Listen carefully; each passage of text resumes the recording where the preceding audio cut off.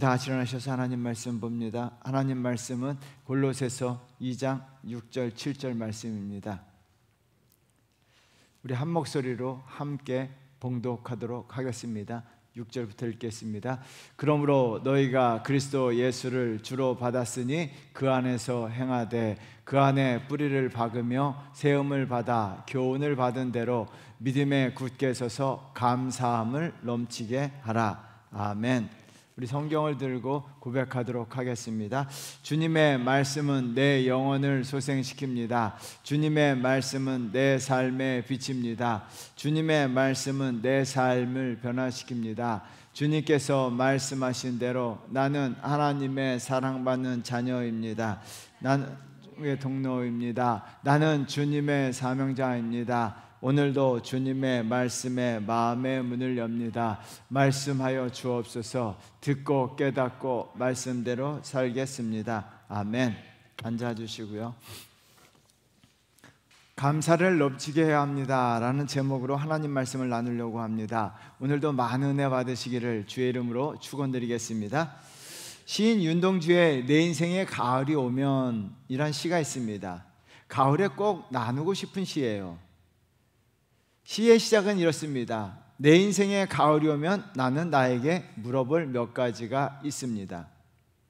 내 인생에 가을이 오면 나는 나에게 사람들을 사랑했는지 물어볼 것입니다. 그때 나는 가벼운 마음으로 대답하기 위해 지금 많은 이들을 사랑하겠습니다. 내 인생에 가을이 오면 나는 나에게 열심히 살았느냐고 물을 것입니다. 그때 나는 나에게 자신 있게 말할 수 있도록 하루하루 최선을 다해 살아야겠습니다. 내 인생에 가을이 오면 나는 사람들에게 상처를 주지 않았느냐고 물을 것입니다.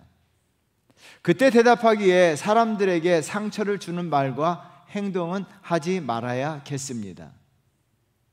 내 인생에 가을이 오면 나는 나에게 삶이 아름다웠냐고 물을 것입니다. 나는 그때 기쁘게 대답하기 위해 내 삶의 날들을 기쁨으로 아름답게 가꾸어 나아가겠습니다. 내 인생에 가을이 오면 나는 나에게 부끄럼 없이 살았느냐고 물을 것입니다. 그때 반갑게 말할 수 있도록 지금 좋은 가족의 일원이 되도록 가정을 사랑하고 효도하도록 하겠습니다. 내 인생에 가을이 오면 나는 나에게 물을 것입니다. 이웃과 사회와 국가를 위해 무엇을 하였느냐고 물을 것입니다. 내 인생의 가을이 오면 나는 나에게 물을 것입니다. 어떤 열매를 맺었느냐고. 내 마음밭에 좋은 생각의 씨를 뿌려 좋은 말과 좋은 행동의 열매를 부지런히 키워야겠습니다. 인생의 가을뿐만 아니라 가을이 오면 우리가 인생을 돌아보면서 내 자신에게 몇 가지 질문해 봐야 합니다. 열심히 살았는지,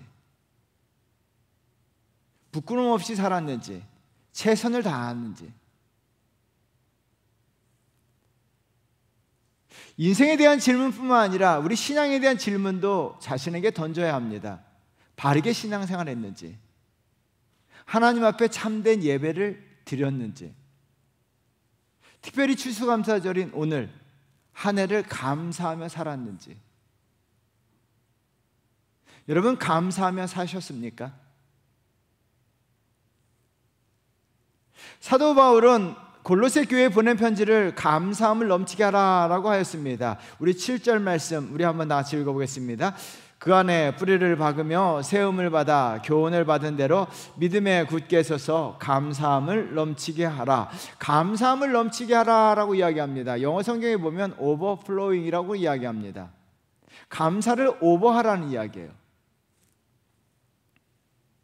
여러분, 그렇다면 감사를 넘치게 하는 것이 무엇일까요?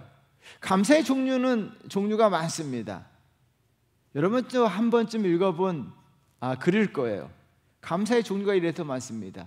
그래서 감사, 그래도 감사, 그렇지만 감사, 따라서 감사, 그러나 감사, 그런데 감사, 하지만 감사, 그러므로 감사, 왜냐하면 감사, 그러기에 감사, 그렇기 때문에 감사, 그렇지만 감사, 그럼에도 불구하고 감사, 그렇게 하다가도 감사, 그리하면서도 감사, 그렇겠다 싶더라도 감사, 그러니까 감사, 그럴수록 감사, 그것까지 감사, 그렇다면 감사, 오히려 감사, 그렇다 손 치더라도 감사, 그리고 감사, 그런 다음에 감사, 계속해서 감사, 범사에 감사, 하나님의 뜻 안에서 감사. 여러분, 이런 감사를 하고 계시냐는 거죠. 이런 감사가 넘치는 감사예요. 오버하는 감사예요. 여러분, 감사를 오버하게 될 때 하나님의 저와 여러분의 인생 가운데 축복을 오버플로잉, 차고 넘치도록 해 주실 줄 믿습니다. 감사는 오버하셔야 되는데요, 그렇다면 어떻게 해야 감사를 오버할 수 있냐는 거죠. 넘치는 감사를 할 수 있냐는 거죠. 첫 번째 보면요, 예수님을 주로 받아야 합니다. 예수님을 주로 받은 사람은 감사를 넘치게 합니다. 그래서 6절 내에 사도 바울이 이렇게 이야기하죠. 우리 한번 읽어보도록 하겠습니다. 그러므로 너희가 그리스도 예수를 주로 받았으니 그 안에서 행하되. 너희가 그리스도 예수를 주로 받았다라고 이야기합니다. 그 말씀하신 후에 7절입니다. 다 같이 읽겠습니다.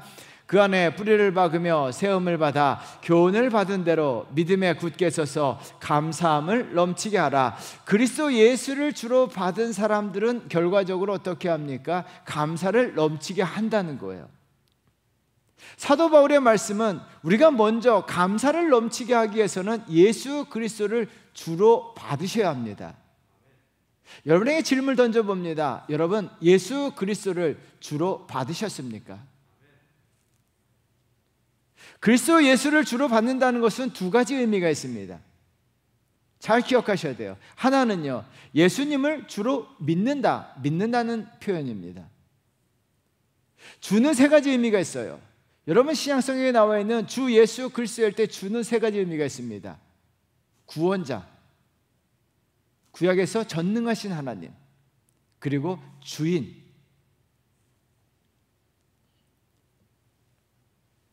그러므로 말미암아 예수님을 주로 받는다는 것은 예수님이 나의 구원자이고 나의 전능하신 하나님이고 나의 주인이라고 믿는 거예요. 여러분, 예수님은 나의 구원자이십니다. 예수님은 전능하신 하나님이십니다. 예수님은 내 삶의 주인이십니다. 여러분, 이 믿음이 내 삶이에요. 내 삶의 절망 속에서도, 절망의 상황 속에서도 절망하지 아니하고 감사를 넘치게 할 수 있는 거예요. 미국에서 공원에서 어린아이들이 야구 경기를 하고 있었습니다. 그러자 한 남자가 아이들이 야구를 멋지게 하는 것을 보고 지나가다가 야구를 구경하게 되었어요. 미국 야구장은요, 이게 펜스가 쳐져 있어요. 펜스 바깥에서 남자가 구경하다가 일루수에 있는 아이에게 아이를 부릅니다. 그리고 아이에게 이야기합니다. 지금 스코어가 어떻게 되느냐.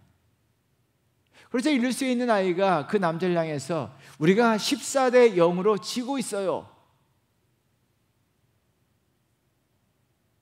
여러분, 14대 야구에서 14대 0으로 지고 있다? 근데 이 아이는요, 웃으면서 이야기하는 거예요. 그래서 남자가 이야기합니다. 야, 그렇구나. 그런데 왜 너는 그렇게 절망적으로 보이지 않느냐? 14대 0으로 지고 있는데. 그러자 아이가 뜻밖이라는 듯 남자에게 되물었습니다. 아저씨, 왜 우리가 절망적이어야 하죠? 우린 아직 한 번도 공격하지 않았거든요. 1회 초인데 14대 0이에요.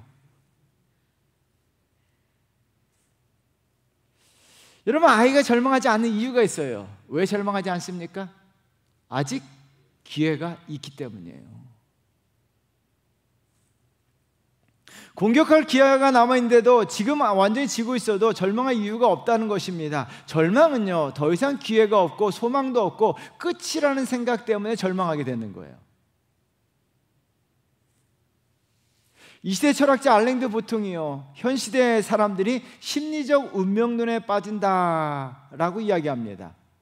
심리적 운명론이라는 것은요, 무엇인가 비참한 일이 일어나면요, 좋지 않는 일이 일어나면요, 사람들은 객관적으로 가당치도 않는 삶의 의미를 붙인다라고 이야기해요. 그리고 숨이 막힐 정도로 자기 자신에게 의문부호를 갖다 붙인다라고 이야기해요. 이것을 심리적 운명론이라고 이야기합니다. 왜 나인가? 왜 나에게 이렇게 힘든 일이 생겼는가? 왜 한꺼 많은 사람들 중에서 나만 이렇게 어려운가? 수도 없이 의문부호를 갖다 붙인다는 거예요. 가당치도 않는 의미를 갖다 붙인다는 거예요. 그 심리적 운명론에 빠져서 절망하고 있는 것이 현 시대 사람들이라는 거예요. 조금만 어려운 일이 생기면. 여러분, 그러나 예수님을 주로 믿게 되면 왜 하필 나인가? 왜 이런 일이 일어났는가? 의문부호를 갖다 붙이지 않아요. 왜 그럴까요? 아직 기회가 있기 때문이에요. 내 인생에 전능하신 하나님, 내 인생의 구원자 되신 예수 그리스도께서 다시 나에게 기회를 주시기 때문입니다. 여러분, 이 사실을 믿으십니까? 그러므로 절망하지 아니하고요, 어려운 일이 생기고 절망의 상황 속에서도 감사하는 게, 예수 그리스도를 주로 받아들인 사람들, 예수 그리스도를 구원자로 믿는 사람들, 예수 그리스도를 전능하신 하나님으로 믿는 자들은요, 절망의 환경 속에서도 감사합니다. 왜요? 하나님이 계시기 때문입니다. 절망적 상황에 던져진 욥, 다니엘의 세 친구, 여러분, 다윗, 욥과 같은 사람들은요, 절망적 상황에서 의문부호를 붙인 적이 없어요. 의문부호를 다 떼어버리고 어떻게 합니까? 감사합니다 라고 하면서 마침표를 찍어버려요. 끝이에요.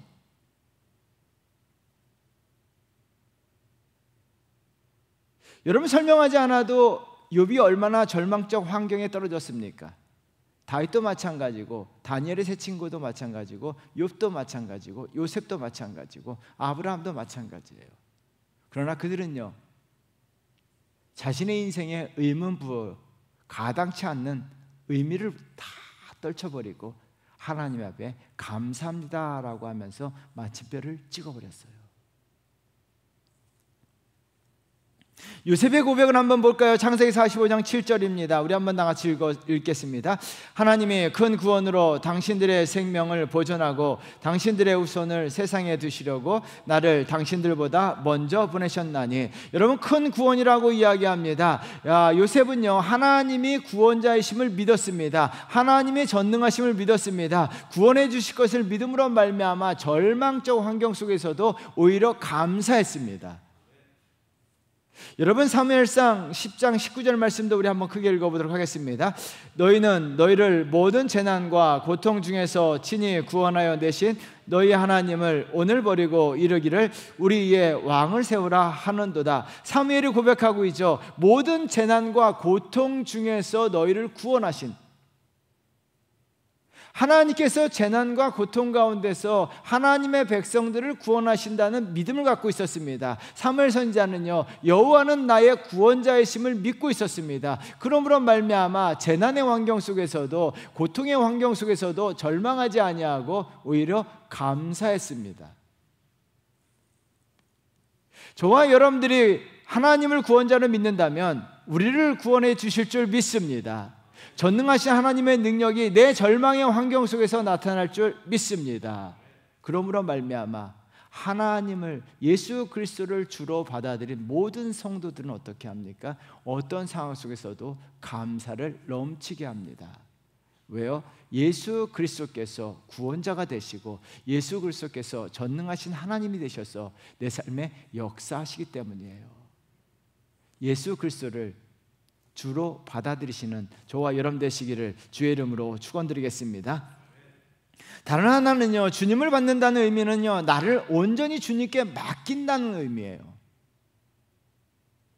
여러분들이 잘 알고 있는 소설가 최인호 씨가요, 엿가락 기도를 드렸다라고 고백했습니다.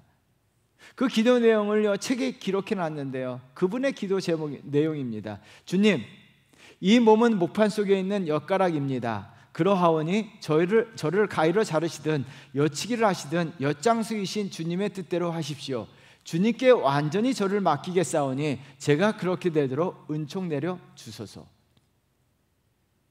그리고 엿장수이신 예수님의 이름으로 기도드립니다 라고 끝냈더라고요. 여러분, 저희 어린 시절은 엿장수를 동네에서 흔히 볼 수 있었어요. 요즘은 보기 힘들죠.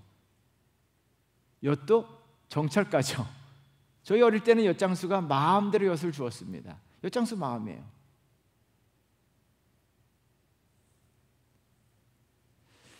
여러분, 주님도 맡긴다는 거예요. 내가 내 삶을 주님한테 맡긴다는 거예요. 주님은 나는 엿이고요, 주님은 엿장수이시라는 거예요. 그리고 그렇게 할 수 있도록 은총을 내려달라고 기도합니다. 내가 주님께 내 삶의 전부를 맡길 수 있도록 은총을 내려달라고 기도됐어요. 여러분, 얼마나 멋진 기도입니까? 그럼 맡긴다는 것은 무엇을 의미할까요? 조지 맥도날드 목사님의 황금 열쇠라고 하는 기독교 소설이 있습니다. 이 소설에 노인이 하는 이야기가 나오는데요, 이런 말이 나옵니다. 그가 말했다. 저것이 길이다. 하지만 계단은 없지. 그 안으로 몸을 던져야 해. 다른 길은 없어. 커다란 구멍이 있는데요, 내려갈 계단은 없는 거예요. 근데 그 안으로 너 전부를 던지라고 이야기합니다.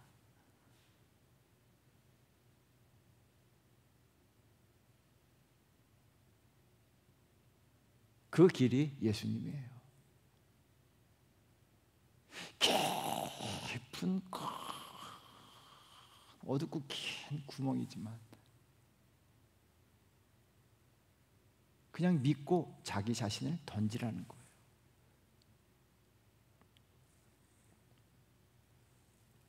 여러분, 우리가 내 삶의 전부를 던지면 예수 그리스도께서 내 삶의 유일한 구원자 되시고 전능하신 하나님께서 내 삶을 인도해 주시고 축복해 주신다는 거예요.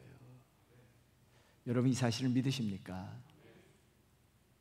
자신의 삶을 다 맡긴 분의 고백이 있습니다. 그래서 지난 시간에도 우리가 고백에 대해서 말씀드렸지만 우리는 고백을 많이 잘하셔야 돼요. 감리교 창시자 존 웨슬리의 동생인 찰스 웨슬리가요, 예수님 당신은 나의 모든 것이란 고백의 시를 남겼어요. 지쳤을 때의 나의 쉼, 고통당할 때의 나의 안락, 상한 내 마음의 치료자, 전쟁 중에 내 평안이며 상실 중에 나의 얻음이며 폭군의 확정 중에 내 웃음이며 수치 중에 내 영광, 내 멸관이라. 부족할 때의 나의 풍성한 공급자, 약할 때 내 강한 능력, 결박 중에 나의 완전한 자유, 캄캄한 사탄의 때에 나의 빛, 언제 어디서나 나의 도금, 죽음 중에 나의 생명, 나의 천국, 나의 전부라. 여러분, 찰스 웨슬리 목사님은요, 예수님이 나의 전부, 나의 생명, 나의 도움, 나의 빛, 나의 자유, 나의 공급자, 나의 치료자, 나의 쉼. 그러므로 어떻게 합니까? 자기의 인생 전부를 주님에게 맡겨버렸어요.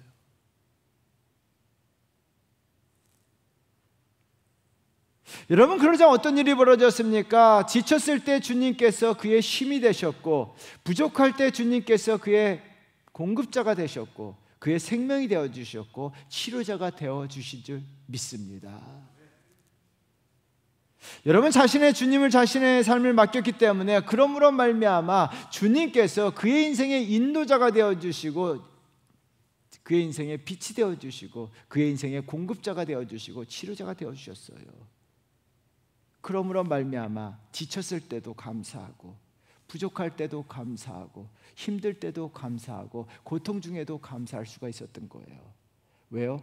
내 자신을 주님께 맡겨버림으로 말미암아 주님께서 내 삶 가운데 역사하셨기 때문이에요. 사랑하는 성도 여러분, 저와 여러분들이 예수 그리스도를 주로 온전히 받아들이셔야 될 줄 믿습니다. 그것은 예수님을요, 나의 하나님, 나의 구원자로 믿는 것이고, 또한 내 삶을 주님께 맡겨버린다면 주님께서 내 삶에 역사하셔서 감사가 넘치는 환경으로 전환시켜 주실 줄 믿습니다. 두 번째는요, 예수님과 계속적인 관계가 있어야 합니다. 예수님을 주로 받아들였으면 감사가 넘치기 위해서는 주님과 관계를 맺어야 하는데요, 6절 말씀 우리 한번 같이 읽어보도록 하겠습니다. 그러므로 너희가 그리스도 예수를 주로 받았으니 그 안에서 행하되. 여러분, 두 개의 문장이 나옵니다. 두 개의 문장이 나오는데요, 예수님을 주로 받은 것과 그 안에서 행하는 것, 두 개의 문장입니다.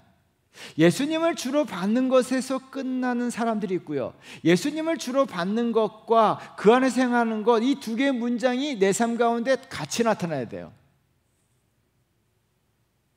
여러분, 그 안에서 행하라는 현재형을 통해 계속을 강조한 것인데요, 예수님을 주로 받는 데에서 끝나지 말고 그 안에서 계속 행함으로 말미암아 될 때, 그 안에서 예수 그리스도 안에서 계속 행하게 될 때 온전한 감사, 온전한 신앙, 온전한 믿음, 온전한 그리스도인이 되는 거예요. 여러분, 단지 예수 그리스도를 주로 받는 것에서 끝난다면 온전함이 이루어지지가 않는다는 거예요. 사역자들은요, 현 시대를 가식의 시대라고 평가합니다. 가짜를 진짜처럼 꾸미고요, 혼동하게 만들기 때문입니다. 여러분, 요즘 가장 많이 매스컴에 나오는 말 중에 하나가 메타버스예요. 들어보셨을 거예요. 메타버스는요, 가상, 추상을 의미하는 메타와 현실 세계를 의미하는 유니버스의 합성어입니다. 그래서 현실 세계와 같은 사회, 경제, 문화 활동이 3차원 가상 세계에서 이루어진다는 거예요. 여러분, 앞으로 이 가상 세계가 어떻게 전개될지 정말 우리 예상을 할 수가 없어요. 가상 세계와 현실 세계 온도 속에서 사람들은 점점적으로 본질적인 것을 회피하게 되고 피상적인 인간으로 발전하게 된다는 거예요. 사람들은요, 이제 본질은 없어지고 피상적인 시대로 전환된다는 거예요.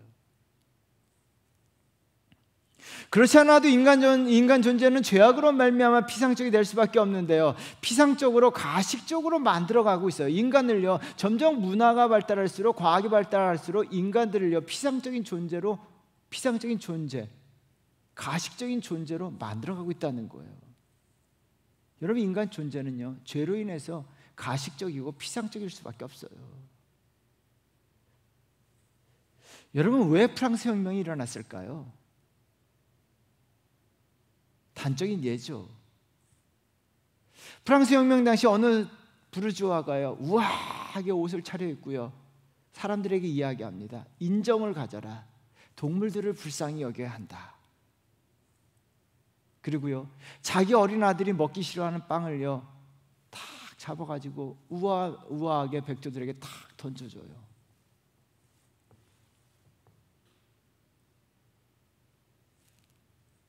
그런데 굶주린 두 아이가요, 몰래 숨어 있다가요, 물속에 들어가서 백조가 먹기 전에 그 빵을 주워 먹어요.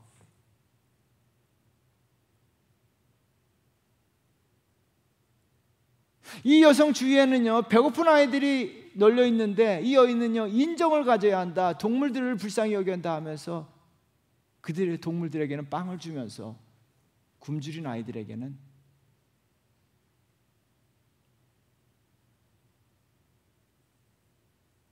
빵 조각 하나 주지 않는 거예요. 여러분, 프랑스 혁명은 빵 때문에 일어났다는 건 다 알고 계실 거예요. 가식적이고 이중적인 모습입니다. 우아한 백조에게는 빵을 던져주지만 굶주린 아이들에게는 모르는 척하는 거예요. 그리고 입에서는 인정을 가져야 한다라고 말을 합니다.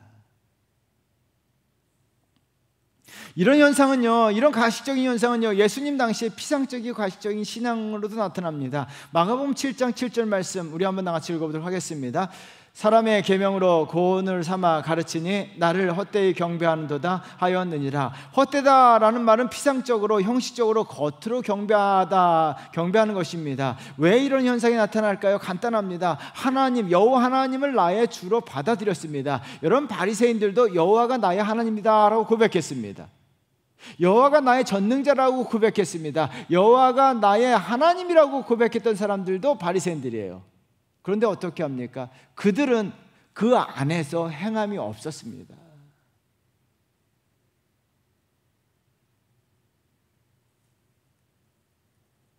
하나님 안에서의 삶을 살지 못했습니다. 그러므로 말미암아 신앙도 감사도 피상적으로, 형식적으로 헛되이 경배할 수밖에 없었다는 거예요. 존 비비오 목사님의 경외란 책은 꼭 읽으셔야 될 책이에요. 그 책에 이런 말씀이 나옵니다. 그들의 삶에는 달라진 것이 없다. 사실상 아무런 변화도 일어나지 않았다. 이 사람들은 구원받았다고 고백하지만 하나님의 능력으로 변화되지 않았다. 성결하지도 않고 감사하지도 않고 사랑하지도 않고 순종하지도 않고 용서하지도 않고 하나님의 말씀을 들어본 적도 없는 사람과 조금도 다른 점이 없어 보인다.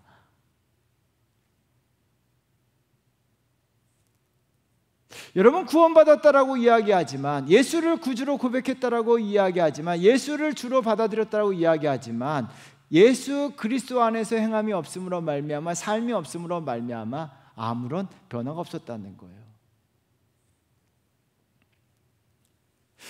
그들은 주님 안에서 계속적인 관계가 없었기 때문입니다. 그들과 같이 피상적인 신앙을 피하기 위해서는요, 예수 그리스도를 주로 받아들일 뿐만 아니라 그분과 계속적으로 깊은 영적 관계를 맺으셔야 될 줄 믿습니다. 여러분, 다윗은 그들과 달랐는데요. 역대상 15장 29절 말씀 한번 보세요. 다시 한번 마가복음 7장 7절과 한번 비교해서 읽어보세요. 역대상 15장 29절입니다. 여호와의 언약궤가 다윗성으로 들어올 때 사울의 딸 미갈이 창으로 내다보다가 다윗 왕이 춤추며 뛰노는 것을 보고 그 마음에 업신여겼더라. 여러분, 다윗 왕이 춤추며 뛰노는 것을 보고 업신여겼다라고 이야기합니다.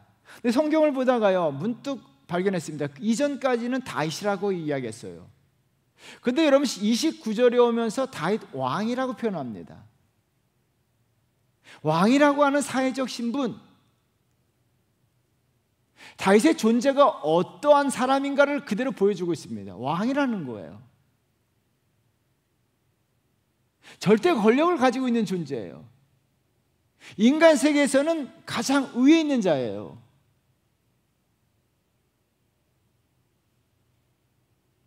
다윗 왕이 하나님 앞에서 춤추며 뛰놀았다라고 이야기합니다.